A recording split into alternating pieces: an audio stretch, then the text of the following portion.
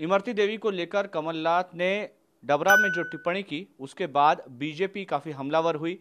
राहुल गांधी ने भी इस पूरे बयान को लेकर अपनी नाराजगी जताई, लेकिन इसके बावजूद कमलनाथ की ओर से माफी नहीं मांगी गई बल्कि उसको जस्टिफाई किया गया। ये बात कहीं ना कहीं कांग्रेस के नेताओं को भी खटक रही है, अखर रही है, और इसीलिए हमारे साथ बातचीत करने के लिए कांग्रेस के वरिष्ठ नेता मानक अग्रवाल जी हैं। मानक अग्रवाल जी, एज अ कांग्रेसमैन, कांग्रेस का होने के नाते आप बहुत लंबे वक्त से कांग्रेस में हैं।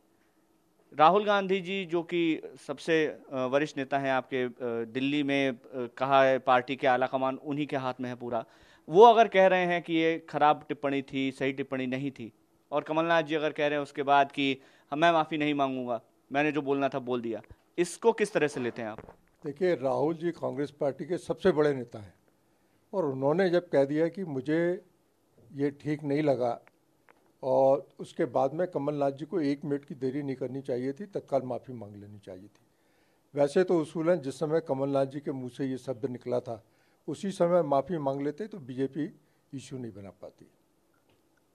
तो ये कांग्रेसियों के मन में टी से आपकी बात हुई कुछ कांग्रेस वर्कर्स से, क्योंकि अब कहीं ना कहीं कमलनाथ जी के साथ कांग्रेसी खड़ा रहे, कार्यकर्ता खड़ा रहे, या राहुल गांधी जी के बयान का समर्थन दे, कंफ्यूजन की स्थिति नहीं हो गई? कोई कंफ्यूजन नहीं है। राहुल गांधी कांग्रेस पार्टी के सबसे बड़े नेता हैं।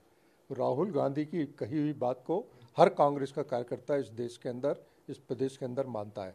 कमलनाथ जी को भी मानना चाहिए, वो भी एक कार्यकर्ता पहले, इसके बाद नेता है, तो उनको राहुल जी की बात को मानना चाहिए और माफ़ी मांग लेना चाहिए। इससे गलत मैसेज नहीं जाता? अगर कमलनाथ जी माफी नहीं मांग रहे हैं तो कल को दूसरे कार्यकर्ताओं के मन में क्या राहुल गांधी के प्रति वो श्रद्धा भाव रहेगा? देखिए, कांग्रेस के कार्यकर्ताओं का राहुल जी के प्रति श्रद्धा भाव है। सारी बीजेपी कांग्रेस पूरा राहुल जी के ऊपर अटैक करती है हमेशा, लेकिन राहुल जी सही रास्ता अपनाते हैं, वो डरते नहीं हैं, हर बात को खुलकर कहते हैं। उन्होंने इस मामले में खुलकर कहा कि ये गलत कहा, हमारी पार्टी के नेता हैं तो क्या हुआ, गलत कहा, तो उसी समय जैसे ही राहुल जी ने कहा था वैसे ही इनको माफ़ी मांग लेनी चाहिए थी। बीजेपी ने आरोप लगाया है कि इससे पहले भी कमलनाथ जी ने राहुल गांधी जी की नहीं सुनी।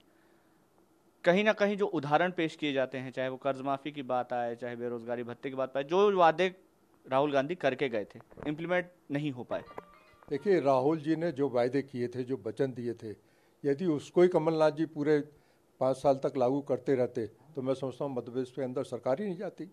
राहुल जी ने जो जो वायदे किए, जो जो वचन दिए, हर वचन को उनको पत्थर की लकीर की तरह मानना चाहिए था और उस पर इम्प्लीमेंट करना चाहिए था, तो सरकार कतई नहीं जाती मध्य प्रदेश से, और भविष्य में 20-25 साल तक कांग्रेस की सरकार मध्य प्रदेश में रहती है। इसकी परिणति क्या है आगे, आप किस तरह से देख रहे हैं? क्योंकि ये अगर क्लैश राहुल गांधी वर्सेस कमलनाथ हुआ तो ये तो कांग्रेस का नुकसान है ना, अगर वो नहीं मान रहे हैं अपने ही वरिष्ठ नेता की, अपने ही हाईकमान की। देखिए, कोई क्लैश नहीं है।